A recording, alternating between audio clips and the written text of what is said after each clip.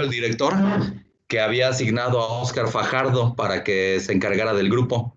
¿Qué les dijo a ustedes Óscar o el director o alguien? No conocemos a Óscar Fajardo, profe. Nada, No se ha contactado con nosotros. Ok.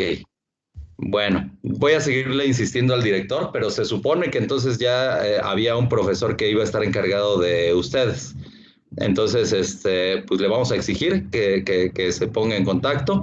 Ustedes, por favor, dense a la tarea de reunir las evidencias que tengan con respecto de la evaluación de la profesora. ¿Ah? Puede ser que el nuevo profe se las pida de nuevo para que entonces con ese criterio establezca la calificación. ¿Sale? Muchas gracias, profe. Yo de todos modos les digo, voy a seguir insistiendo. Entonces, vamos a ver qué pasa. ¿Sale? Bueno, hoy vamos a empezar con aldehídos y cetonas.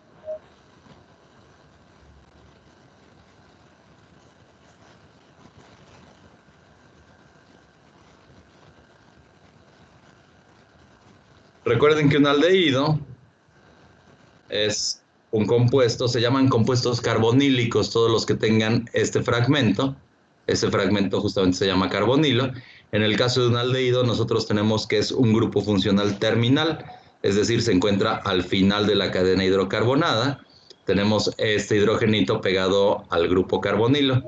Se diferencian en las cetonas en que las cetonas no son un grupo funcional terminal. También tienen al carbonilo, pero tienen aquí otro bracito R. Puede ser el mismo, puede ser diferente. Ajá. No tenemos ningún hidrógeno que esté pegado a oxígeno. Entonces, en general, ni aldehídos ni cetonas tienen la capacidad de interactuar mediante el puente de hidrógeno.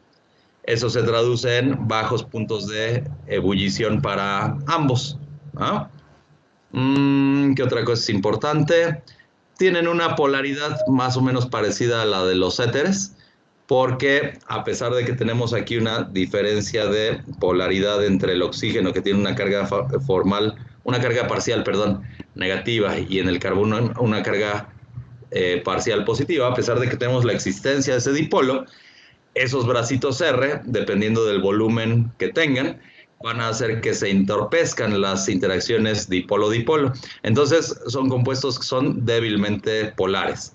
Además, habíamos visto que los aldehídos son fácilmente oxidables para formar los ácidos carboxílicos,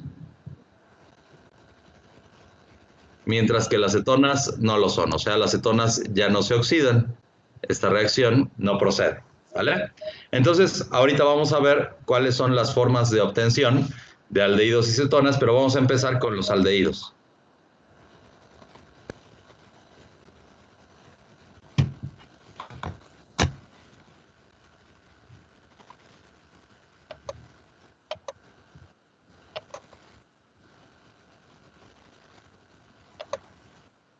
Ok, la primera reacción es la oxidación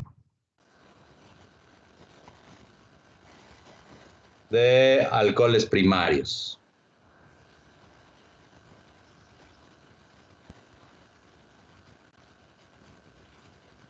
Esta reacción la vimos la clase pasada, porque era un método de reactividad de los alcoholes. En general, todos los grupos funcionales que vamos a estar viendo se encuentran relacionados. Las reacciones de oxidación, las reacciones de obtención de unos grupos funcionales son la reactividad de otros grupos funcionales. Entonces parecería que son muchas reacciones, que son muchas formulitas, pero en realidad no lo son. Ajá. El alcohol primario lo voy a representar de esta manera. Recuerden que habían dos formas de oxidar un aldehído. Si nosotros... no, espérenme. Me estoy confundiendo.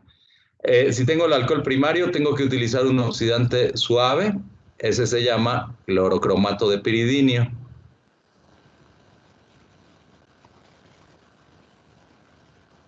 Y de esa manera se obtiene un aldehído.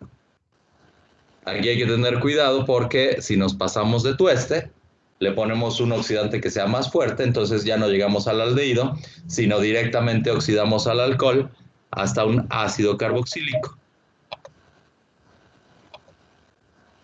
Son las 3 de la tarde, me acabo de levantar. ¿Y qué voy a hacer? Pobre hombre. Está viendo memes en lo que nosotros estamos discutiendo nuestra clase. Bueno, la segunda reacción. Ejemplos de esta Profe, primera ¿me reacción puede ya los vimos. ¿Qué pasó?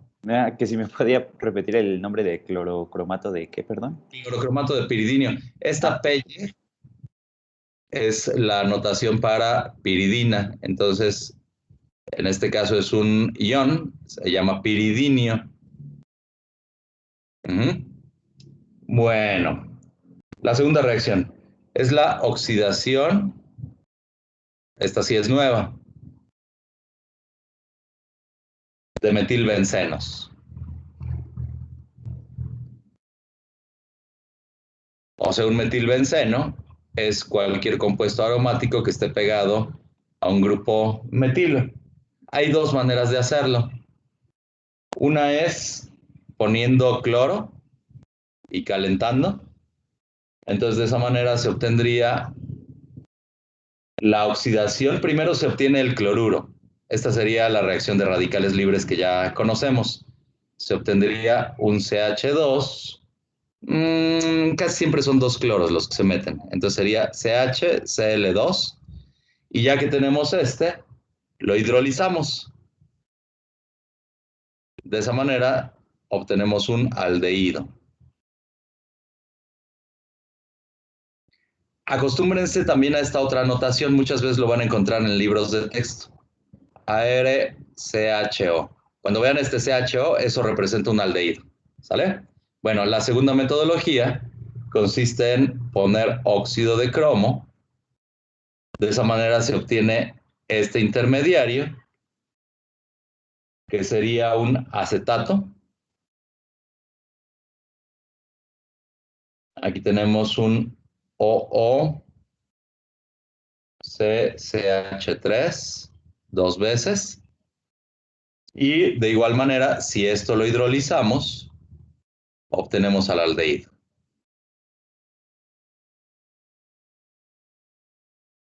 ¿Quieren un ejemplo de esto? Vamos a hacerlo con algo sencillito, un tolueno. Vamos a utilizar la segunda metodología.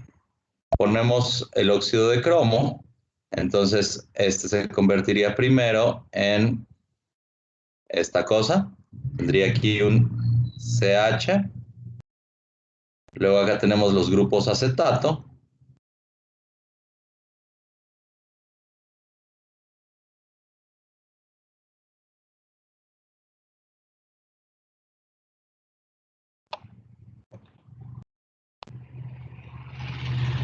Y si a esto lo hidrolizamos, entonces nada más generamos de ahí al aldehído. Entonces tendríamos COH.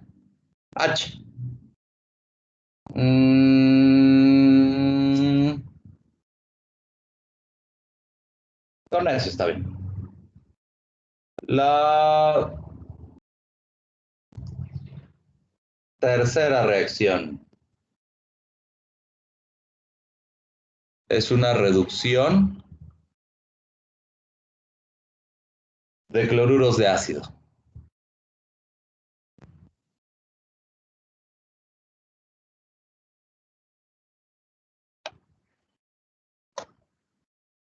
Un cloruro de ácido es algo que tiene esta función. Es un derivado funcional del ácido carboxílico. Después los vemos a detalle. Pero bueno, en todo caso yo puedo utilizar un cloruro de ácido que tenga este bracito alifático o bien alguno que tenga un bracito aromático.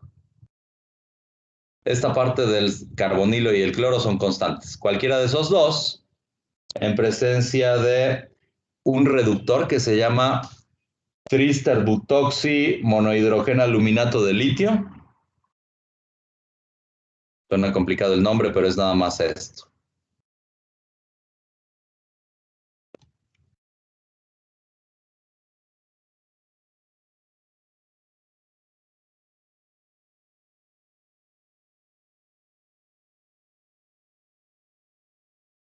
Me da el aldehído, sería RCHO O bien, si tengo el que está aquí abajito, tendría ArCHO. Este es un reductor suave. Hay otros que son más fuertes. Si me paso de tueste en reducir este cloruro de ácido, me podría ir hasta el alcohol. Entonces el chiste de que utilice uno suavecito es que nada más llegue al intermediario, que es el aldehído. Déjenme plantearles cómo va la reacción. Lo voy a poner con este ejemplo. Tengo ahí este compuestito. Es nitrobenceno, pero acá tiene la parte del cloruro de ácido. El reductor es este. Es un aluminio que tiene 4 valencias.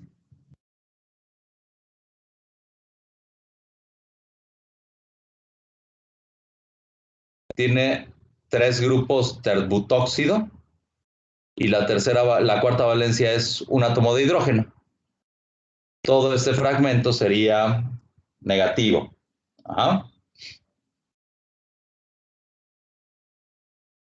O sea, todo esto es un anión y el litio se encuentra simplemente como un contraión.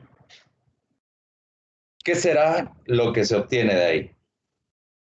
La pregunta se puede plantear en términos de ¿qué le pasa al grupo nitro? ¿Hemos visto alguna reacción para el grupo nitro y este otro reactivo? No. Entonces, cuando no la hayan visto, ustedes dejen al grupo nitro en paz, lo dejan igual. Eso se conoce como regioselectividad. Regioselectividad es un reactivo que distingue entre dos grupos funcionales. Reacciona con uno, pero al otro lo deja en paz. Entonces, en este caso, este terbutoxi monohidrogeno aluminato de litio es regioselectivo, nada más hacia el cloruro de ácido. Lo único que va a pasar es que se deshaga la molécula de ese cloro y en su lugar entre un hidrogenito. ¿Ah? Aquí yo tengo ahora la función aldehído. Bueno, la cuarta reacción se conoce como reacción de Reimer-Tiemann. No la vamos a ver. Pero si tienen curiosidad, se encuentra en cualquier libro de texto de química inorgánica, de química orgánica.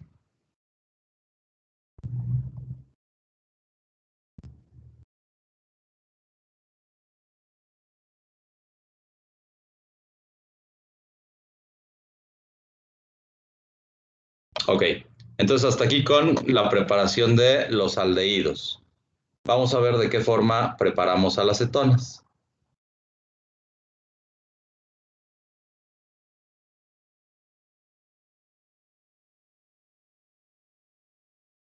La primera es la oxidación de alcoholes secundarios.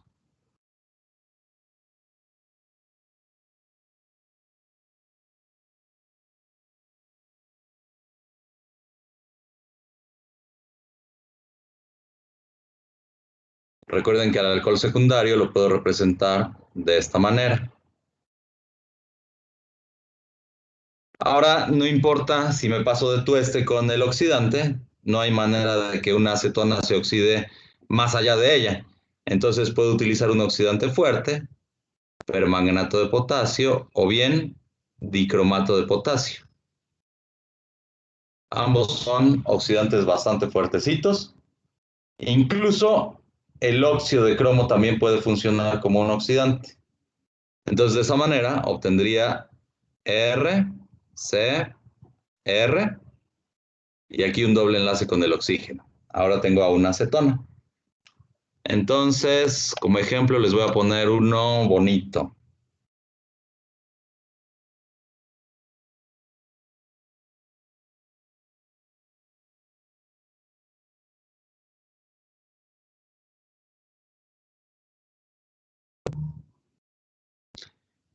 Ubican a esta moleculita, a este compuesto. Se llama menos mentol. Es el sabor a menta. ¿Qué significaba este menos de aquí?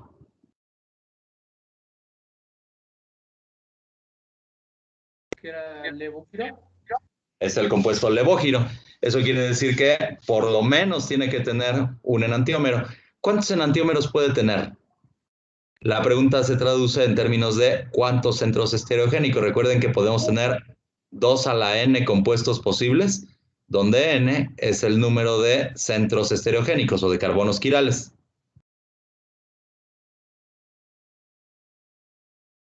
¿Cuántos carbonos con 4 sustituyentes diferentes hay? Este de aquí tiene 4 sustituyentes diferentes. Este de aquí también. Y este de acá también. Fíjense, si a esto lo oxido con el dicromato de potasio, las condiciones de reacción son dicromato de potasio en presencia de ácido sulfúrico. Voy a llegar a qué compuestito.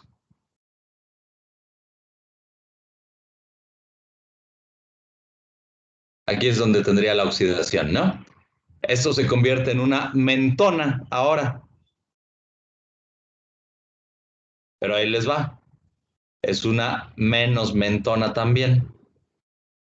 O sea que este centro estereogénico de aquí no puede ser el responsable de que el compuesto sea levógiro, porque a la hora que lo elimino, fíjense, aquí ya tengo un carbono que no tiene 4 sustituyentes iguales, el compuesto sigue siendo levógiro. O sea que debe de ser cualquiera de los otros 2 centros estereogénicos el que produce la dextroquiricidad para esta cosa. ¿Ah? Entonces, del menos mentol llego a la menos mentona. Ok. La segunda reacción, ya la conocen, es la acilación de Friedel-Crafts.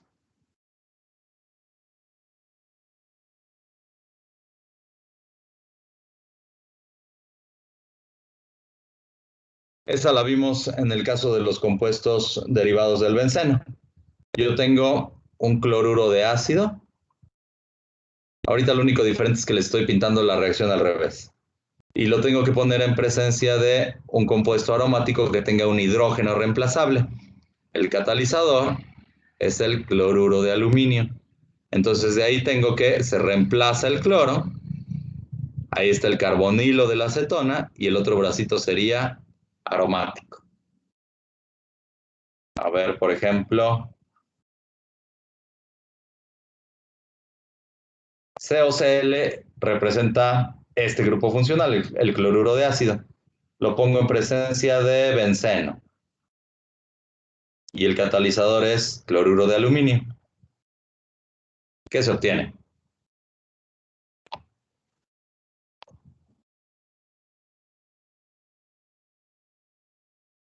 Aunque no se sepan el nombre, me lo pueden describir.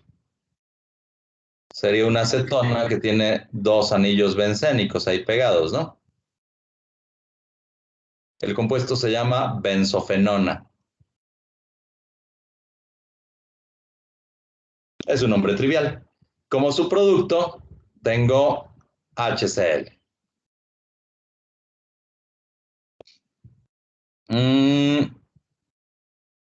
A ver esta otra reaccioncita. Es una reacción de cloruros de ácido. Vimos una muy parecida cuando revisábamos el tema de los alcanos.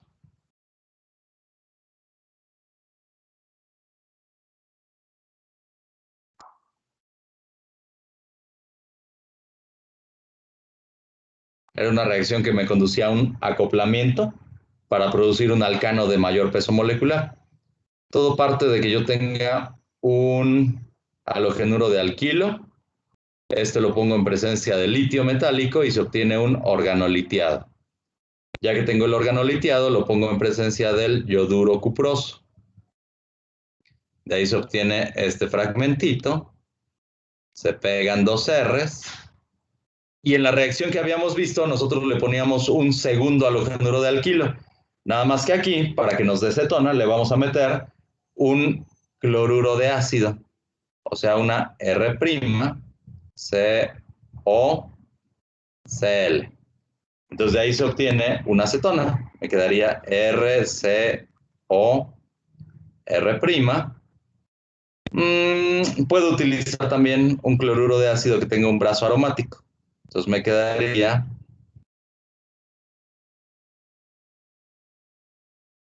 AR, ¿De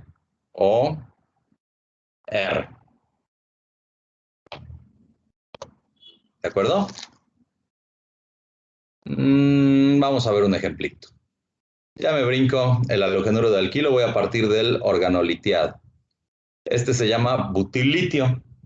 Lo pongo en presencia de el yoduro cuproso y obtendría este compuesto organometálico. Se pegan dos de las cadenas. 1, 2, 3, 4. 1, 2, 3. Aquí me falta un carbono. 1, 2, 3, 4. Ahí está. Se pegan dos de las cadenas del organoliteado y le puedo poner un halogenuro de un cloruro de ácido que se me ocurra, por ejemplo, este otro.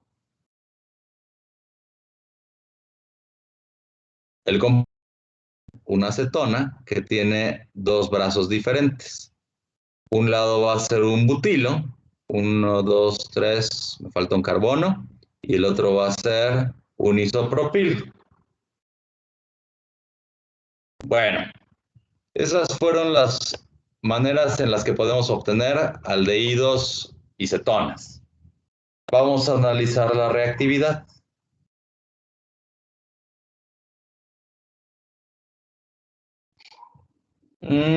La primera reacción es la oxidación.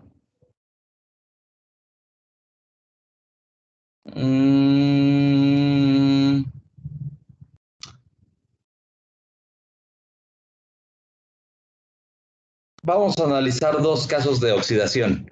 El primero es para los aldehídos.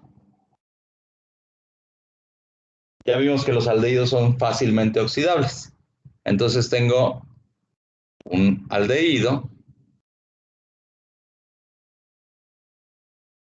No es la notación que les había pintado, es CHO o bien ArCHO.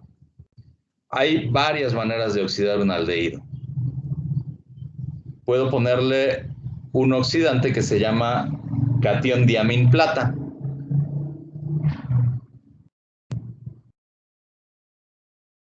Este se llama reactivo de Tollens.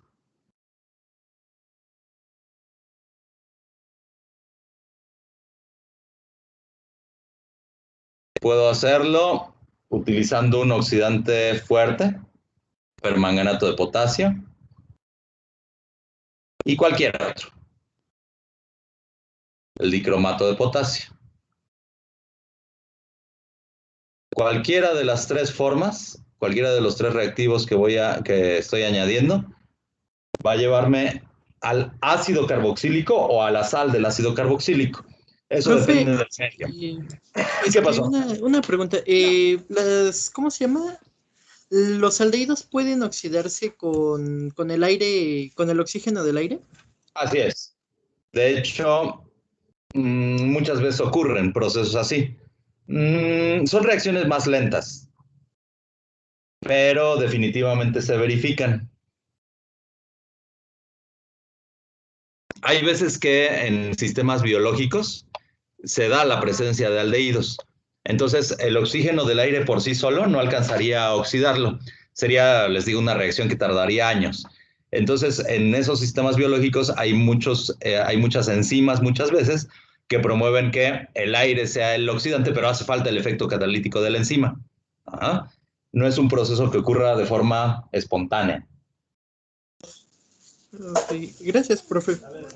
Nada. Déjenme ponerles aquí un ejemplo con el reactivo de Tollens.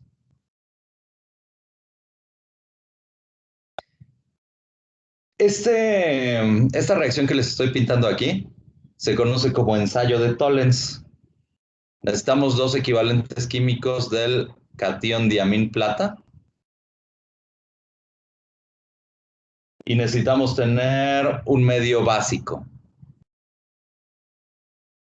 De esa manera, no voy a llegar propiamente al aldehído. Voy a llegar a la sal no voy a llegar propiamente al ácido carboxílico, sino a su sal. Eso por el medio que es básico. Si tuviera un medio ácido, sí llegaría al ácido carboxílico. Pero entonces déjenme ponerlo así. Se obtendría este anión, que es el anión alcóxido. Se obtendría agüita de coco como subproducto. Se obtiene amoníaco también como subproducto. Pero lo bonito de esto es, déjenme ponerles nada más el balanceo, estos son 4, estos son 2. Lo bonito de esto es que se obtiene plata metálica. O sea, es una reacción redox en el sentido de la química inorgánica. Estoy pasando de plata en estado de oxidación 1 más a plata en estado de oxidación 0. Entonces es un ensayo muy bonito porque en el matraz se forma un espejo de plata. Es una forma de producir espejos de plata. Hay varias formas de producir a los espejos. Una de ellas es utilizando el reactivo de Tollens. Es una forma un tanto compleja desde el punto de vista industrial, porque pues, requiere de que uno esté añadiendo, separando y todo lo demás. Pero bueno, más que para eso se empleaba en la antigüedad, estoy hablando de hace unas 3, 4 décadas, como un ensayo de identificación de aldehídos. O sea, cuando el químico hacía una reacción, si sospechaba que uno de los productos de reacción podía ser un aldehído, luego le añadía el reactivo de Tollens y si veía que la plata se depositaba en forma de un espejo en el matraz, entonces eso quería decir que en efecto, como uno de los productos de la síntesis química, el investigador tenía un aldehído. Bueno, otra forma de oxidación es para las metilcetonas. O sea, son cetonas, pero la condición es que uno de los dos bracitos sea un grupo metilo. ¿Ah? Esto también funciona, desde luego, si tengo una cetona con un brazo aromático.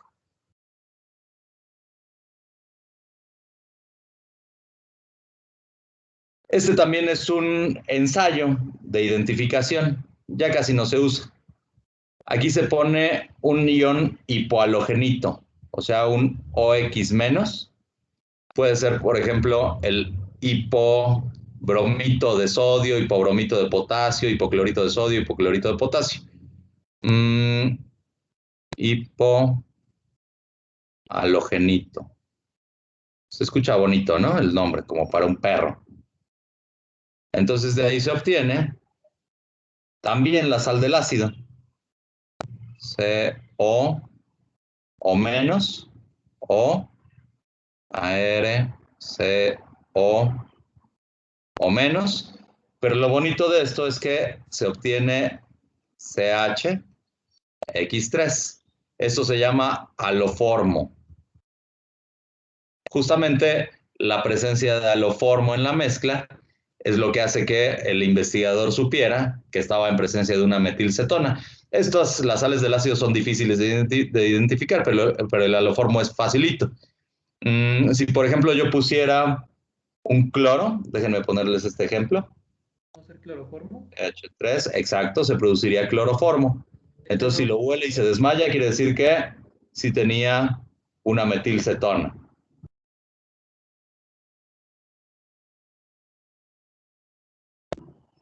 Es una cetona un tanto compleja, tiene además la presencia del grupo funcional alqueno, pero bueno, a esto lo pone en presencia del hipoclorito de potasio.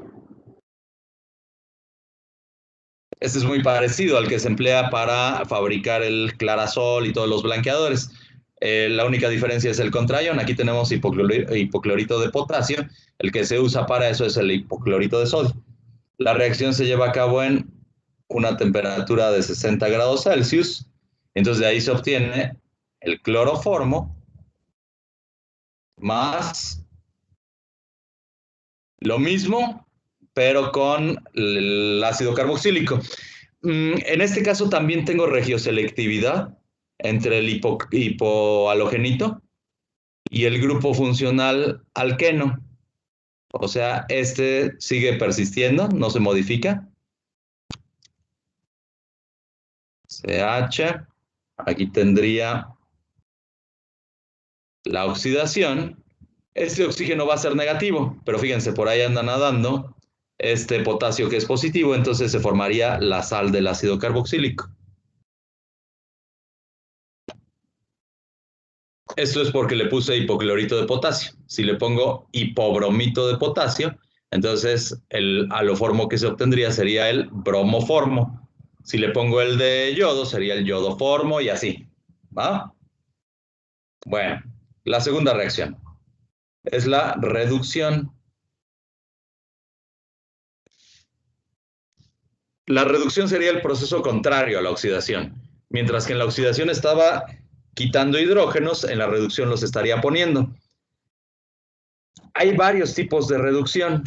Puedo reducir al aldehído, al alcohol primario, o si es cetona, lo puedo reducir al alcohol secundario. Pero también me puedo ir hasta el hidrocarburo. Déjenme mostrárselos. Voy a empezar con la reducción a alcoholes.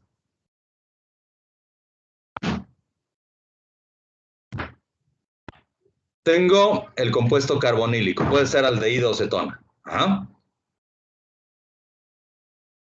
Hay dos formas de hacerlo. Una vía catalítica, en la que nada más pongo hidrógeno molecular y un catalizador. El catalizador más ampliamente empleado a nivel industrial es el níquel por barato. O bien puedo utilizar un reductor químico, que es muy parecido al que vimos en el caso de los cloruros de ácido. Se llama tetrahidrogenaluminato de litio. Los químicos orgánicos lo conocen como hidruro de litio y aluminio. O bien, hay otro reductor químico que ya hemos visto, es el borohidruro de sodio.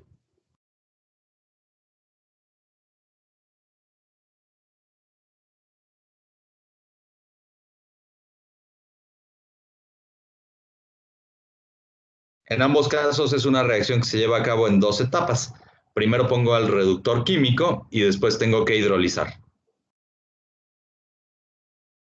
En medio ácido casi siempre.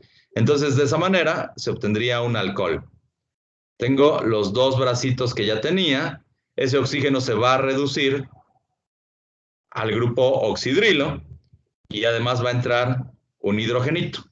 ¿Ah? Depende de si yo parto de un aldehído o de una acetona, es el tipo de alcohol que voy a tener.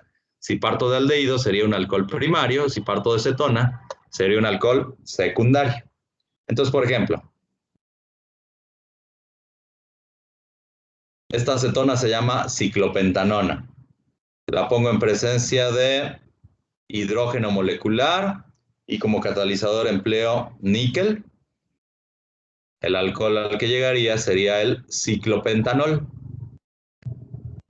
Si esto lo hiciera con el hidruro de litio y aluminio, es una reacción un tanto tortuosa, no es así tan sencillita. Lo que voy a tener aquí como intermediario, LH4, es algo así.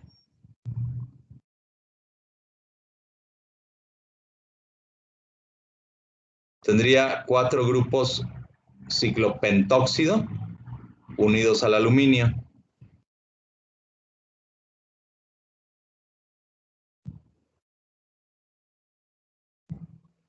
Ahí está. Y ahora esto lo hidrolizo y llego a lo mismo. Es simplemente el intermediario de reacción.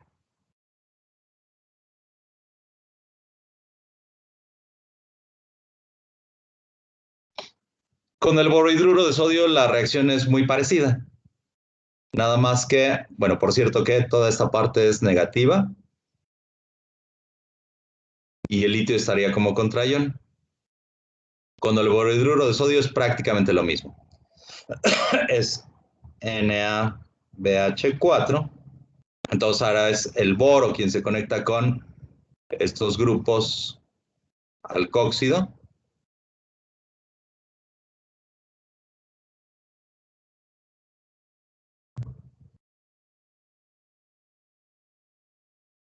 Todo ese fragmento va a ser negativo.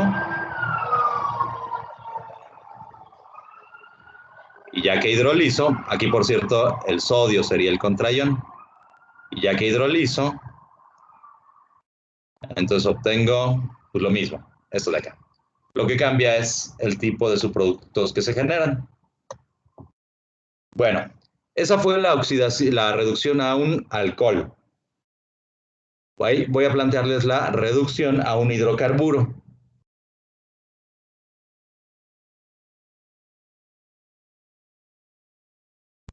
Otra vez tengo al compuesto carbonílico, aldehído o cetona, y otra vez hay dos formas de hacerlo. Una implica este compuestito. Es en presencia de ácido clorhídrico concentrado.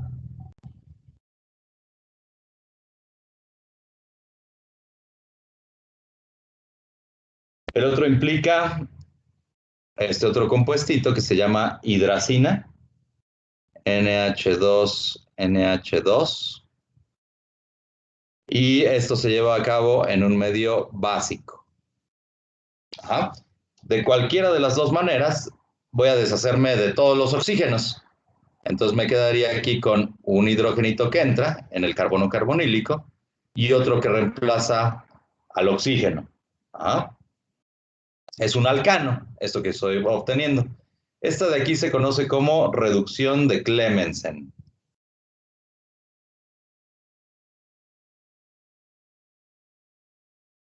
Y esta de acá se conoce como reducción de Wolff-Kishner.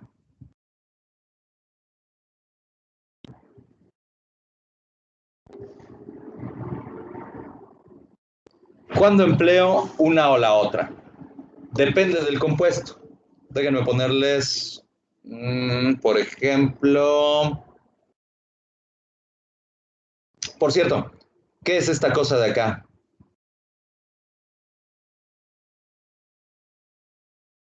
Una amalgama de mercurio y zinc. Exacto. Si es amalgama, ya no tengo que decir que es de mercurio.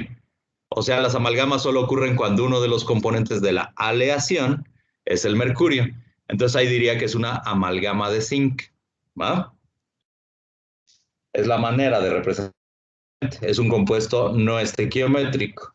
Bueno, déjenme ponerles este ejemplo. Tengo esta cetona y quiero llegar a... Pero déjenme hacerlo más interesante.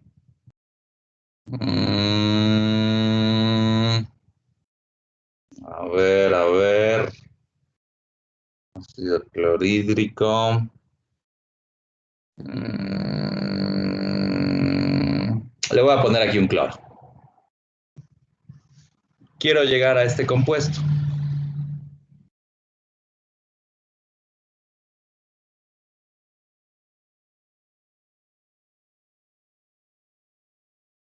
Uno, dos, tres, cuatro, cinco. 1, 2, 3, 4, 5. Y con un cloro aquí.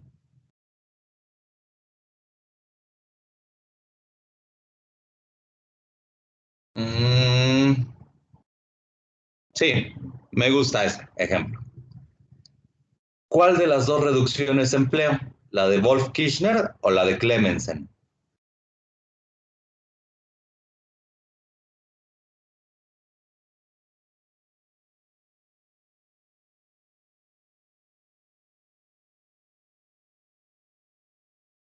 La de Wolff-Kishner, ¿no? A ver, vamos a ver. Esto implicaría que yo tengo aquí un oxidrilo, porque necesito una base, ¿no? Entonces, las condiciones de reacción son poner la hidracina. Esta hidracina es el compuesto que se utiliza como propelente en algunas naves espaciales. Si vieron la película del Marciano, él obtiene agua a partir del combustible que tiene a la mano, que es justamente esto, la hidracina. Ok. Y esto en presencia del oxidrilo. Ok. Se reduce el grupo funcional cetona, pero ¿qué pasa entre el cloro y este oxidrilo? Aquí yo vería que se lleva a cabo la sustitución nucleofílica, entonces tendría aquí un grupo funcional OH. No me conviene, ya modifiqué al compuestito. Tendría que hacer otro paso de reacción para deshacerme de este oxidrilo y regresar al cloruro que yo quería. ¿Ah? Entonces, lo que puedo emplear en lugar de eso es la otra reducción. la de Clemensen. Empleo la amalgama de zinc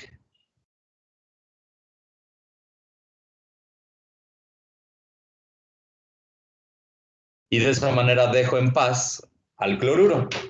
Este sería un ejemplo de regioselectividad. Reacciona con el grupo cetónico, pero deja en paz al grupo cloruro de alquilo. Entonces, esta reducción de Clemensen se emplea cuando tengo compuestos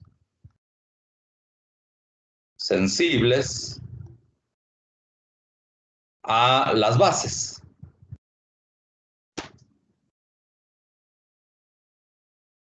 Y esta de acá, la de Wolff-Kirchner, se emplea cuando tengo compuestos sensibles a los ácidos.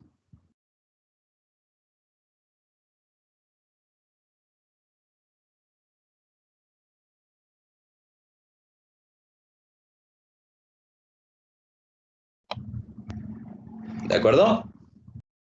Ok. Hay otra forma de reducir, se llama aminación reductiva.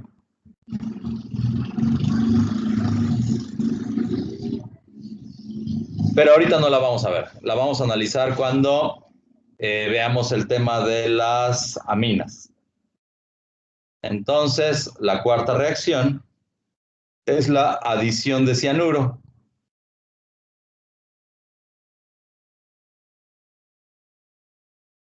O sea, del anión CN-.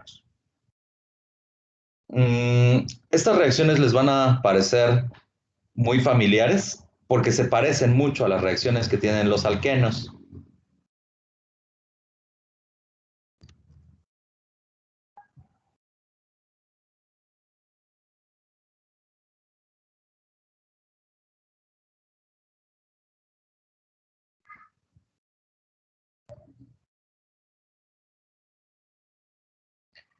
El grupo funcional cianuro, cuando está en la química orgánica, se conoce como nitrilo.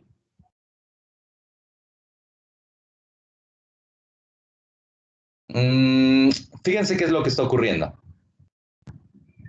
Este grupo funciona, este fragmento aniónico, el ciano, tiene una carga negativa.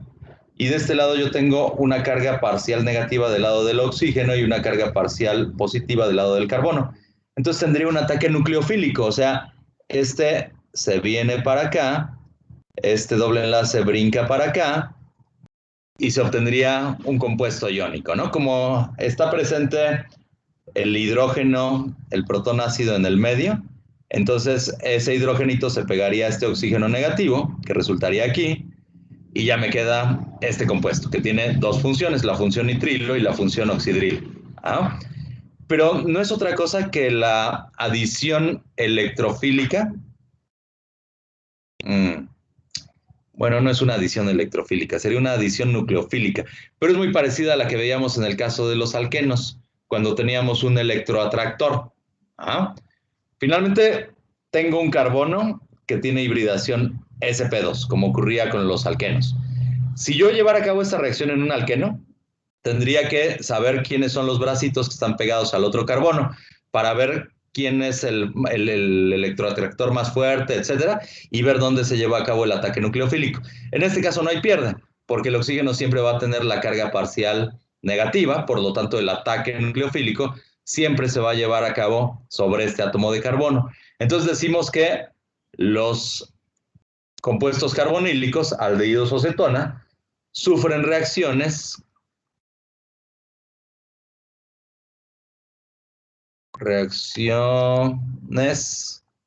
de adición. En este caso, el ion cianuro simplemente se está adicionando al compuesto y entonces estamos cambiando la hibridación de sp2 a sp3 en el caso del producto. ¿Ah? Déjenme ponerles un ejemplo. Este, por ejemplo, es un aldehído. Es el benzaldehído. Es un nombre trivial. Su nombre correcto sería benzanal o benzal incluso. Le ponemos cianuro de sodio y le ponemos ácido sulfúrico. Lo primero que pasaría es que se añade el grupo ciano Entonces ahora sobre este carbono tendría un oxidrilo y el grupo nitrilo. Ya que está así, le puedo hacer una modificación, por ejemplo, ponerle más ácido sulfúrico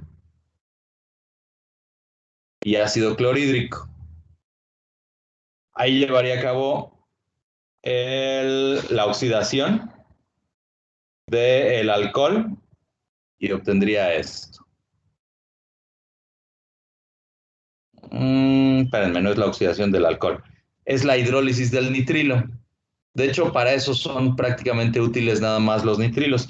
Igual que pasaba con los éteres, casi no tienen reactividad, entonces se utilizan como disolventes.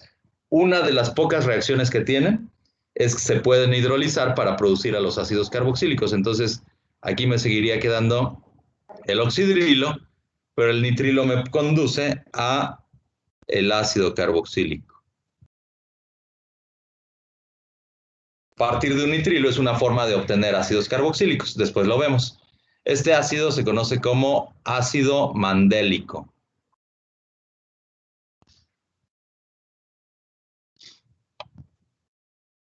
Este otro les va a parecer más familiar. Es una reacción muy parecida, nada más que ahora tengo acetona. Igual pongo el cianuro de sodio, ácido sulfúrico. De ahí se obtendría primero el nitrilo, ¿no? Sería este. Aquí me queda el grupo nitrilo y acá me queda el grupo oxidrilo. Pero si a este le pongo... Ya sé en qué me equivoqué. Aquí no lleva HCl, es H2O. Aquí le repito estas condiciones de reacción. O sea, hidrolizo al grupo nitrilo. Tendría que llegar a algo así. Aquí tiene un CH3, otro grupo metilo. Aquí estaría el oxidrilo y en principio este se oxidaría o se hidrolizaría al ácido carboxílico. Me quedaría aquí un COOH. Nada más que es un compuesto muy inestable. Fácilmente se lleva a cabo la eliminación y entonces obtengo un alqueno.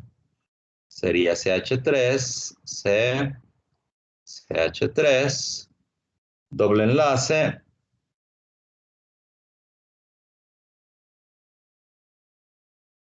C, espérenme, aquí me equivoqué.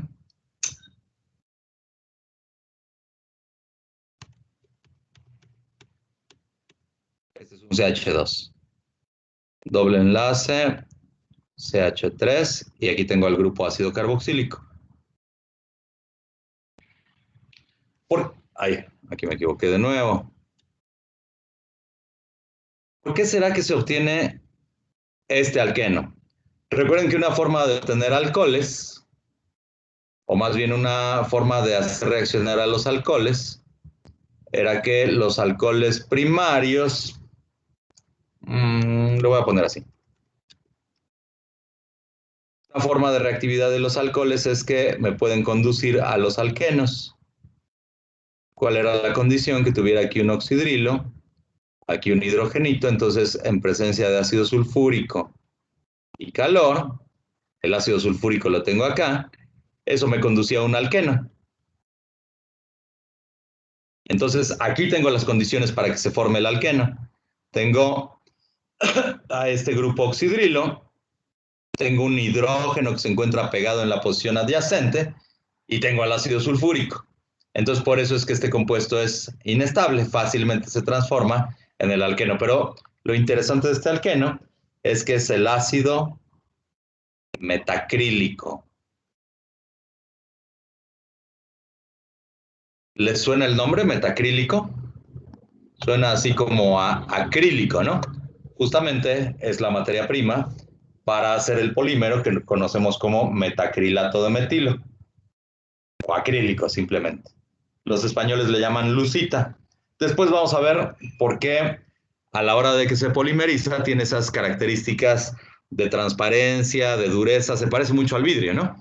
Eso tiene que ver con la estructura molecular, pero Vamos a esperarnos al final del curso para analizarlo.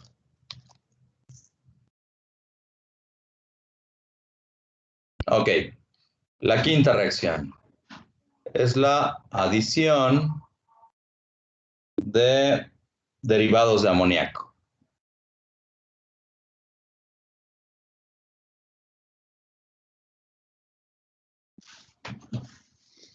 Tengo al compuesto carbonílico, aldehído o cetona. Lo voy a poner en presencia de un derivado del amoníaco.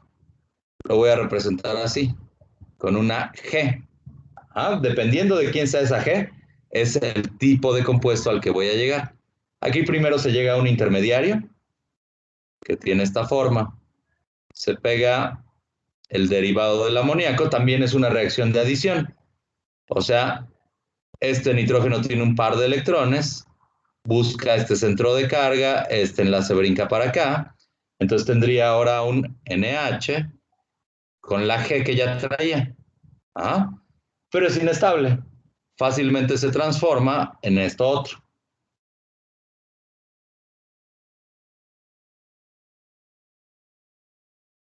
Se los estoy pintando así acostadito para que veamos cuál es la mnemotecnia. Fíjense, aquí tengo un doble enlace con el oxígeno y el carbono con sus dos patitas, ¿no? A la hora que llegue al producto, el carbono sigue con sus dos patitas y en lugar del doble enlace con el oxígeno, tengo un doble enlace con el nitrógeno y la G que traía el nitrógeno. Es la manera de recordarlo. Entonces, déjenme plantearles quiénes pueden ser esas Gs. Lo voy a poner a manera de tabla. H2NG. Aquí voy a poner, por ejemplo, a la hidroxilamina. H2N pegada a un OH. El OH sería la G. Entonces, si yo parto de un compuesto carbonílico y luego reaccionar con esto, tendría como producto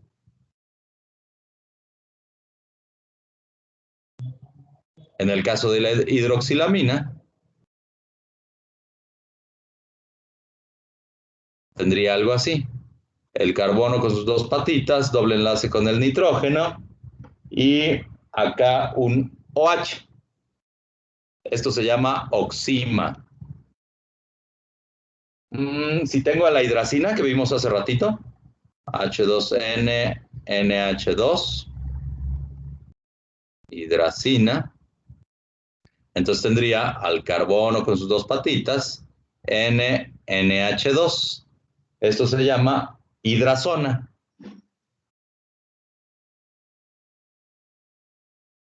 ¿Qué otro? Por ejemplo, este otro. H2N y la G va a ser NH, C, doble enlace O, CH3. Eso se conoce como... A ver, espérenme, aquí me equivoqué. Este no es un CH3, es otro NH2.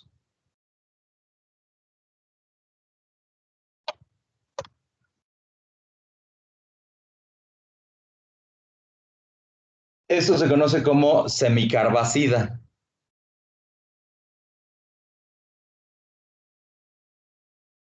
No me pregunten por qué se llama así y tampoco me pregunten por qué el producto se llama semicarbazona. Sería algo así. N.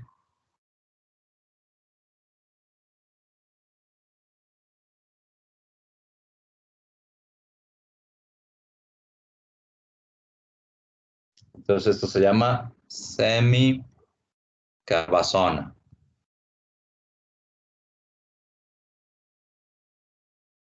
Fácil de recordar, ¿no? Dependiendo de cuál sea la G, ponemos al nitrógeno acompañado de ella y un doble enlace hacia el carbono. Bueno, la 6 es una adición de alcoholes.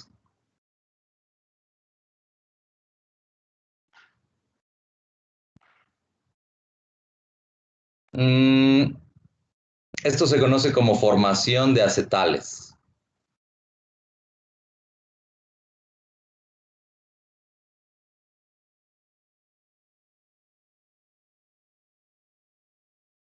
Está el aldehído o la acetona. Lo pongo en presencia de dos equivalentes químicos de un alcohol. Es una reacción reversible. Procede hacia el lado de reactivos si yo tengo un medio ácido. Procede hacia el lado de productos, perdón. Procede hacia el lado de productos si tengo un medio ácido. Procede hacia el lado de reactivos si tengo un medio básico. Entonces, lo primero que se obtiene es un hemiacetal. Tiene esta forma.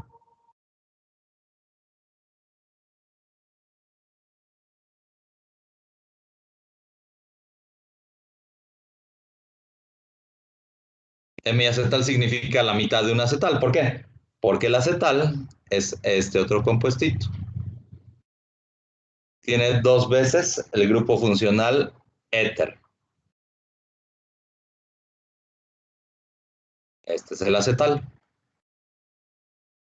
El mecanismo de reacción no es otra cosa que una sustitución nucleofílica, de las que ya conocemos. Déjenme pintárselos. No, mejor no. Ahí lo dejamos. Nada más vamos a ver un ejemplito. Por ejemplo, este aldehído. Acetaldehído. Lo ponemos en presencia de etanol. Necesitamos 2 equivalentes químicos. El medio es ácido. Sencillito, ¿no?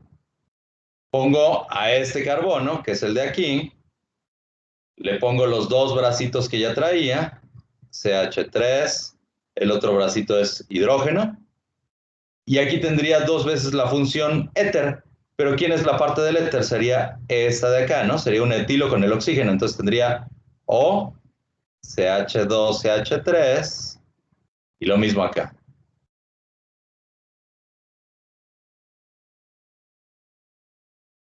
¿Sale? Está pesada la clase, ¿quieren que le dejemos aquí? Sí, profe. Ya hasta se durmieron, ¿verdad? No, está muy bueno todo. Aquí está. Lo complicado de esta parte del curso es que son puras reacciones. Nada más para no parecer como que le saco, déjenme plantearles el mecanismo de reacción y con eso nos vamos. ¿Va? Vale. De hecho, hay varios mecanismos de reacción posibles. Déjenme ver. Vamos a utilizar este ejemplo. Lo primero es que la molécula se encuentre con una de las moléculas del etanol. Lo voy a pintar así. CH3, CH2, OH.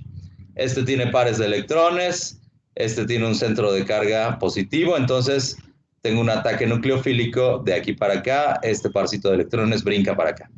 Entonces ahora tendría CH3, C o menos, el hidrógeno que ya estaba y el OCH2, CH3. Ajá.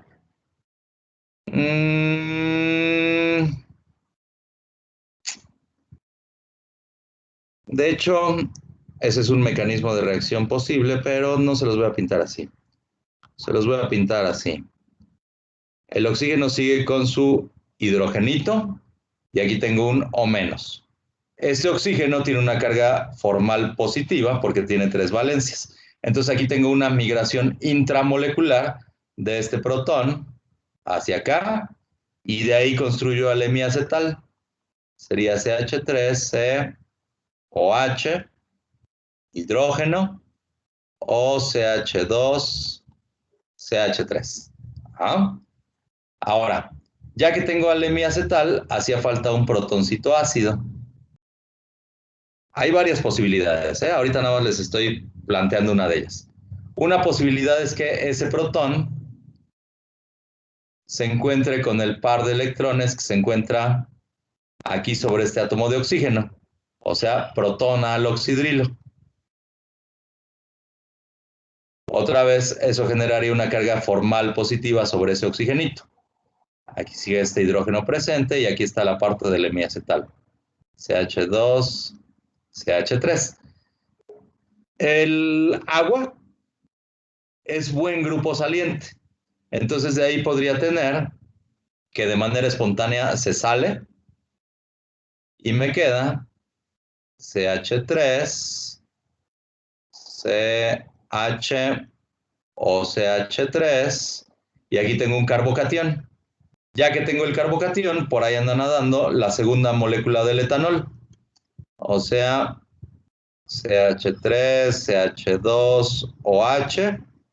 Este es un nucleófilo, entonces reacciona con este carbocatión. De ahí podría obtener CH3, CH. Aquí me queda el oxígeno, hidrógeno, CH2, CH3 o CH2, CH3. Y de ahí nada más regenero al catalizador, o sea, me deshago de este, sale como un protoncito ácido y llego a la formación del acetal. Me quedaría CH3, CH o CH2, CH3 o CH2, CH3. Ahí está. Pero les decía que hay varios mecanismos posibles porque ahorita lo estoy planteando en términos de que la reacción pudiera ser una SN1. Podría ser una SN2, o sea, este llega, desplaza al agua, entonces el mecanismo sería concertado. Y en cada uno de los pasos de reacción son posibles distintas posibilidades. De hecho, no en todos los casos se tiene establecido el mecanismo de reacción. Ahorita lo estoy pintando en el pizarrón, pero haría falta determinarlo de forma experimental para ver si es válido esta serie de pasos que les estoy presentando. ¿Vale? Sencillito. Nada más le pongo 2 veces al alcohol, de forma que se genere un éter, o más correctamente un diéter. Para no decirle diéter, le llamo acetal. Bueno, ¿dudas, chicos? Todo es duda. Ok, larguémonos de aquí. Voy a ver si hoy me contesta el director para la cuestión de su profe de metrología. ¿Tienen ustedes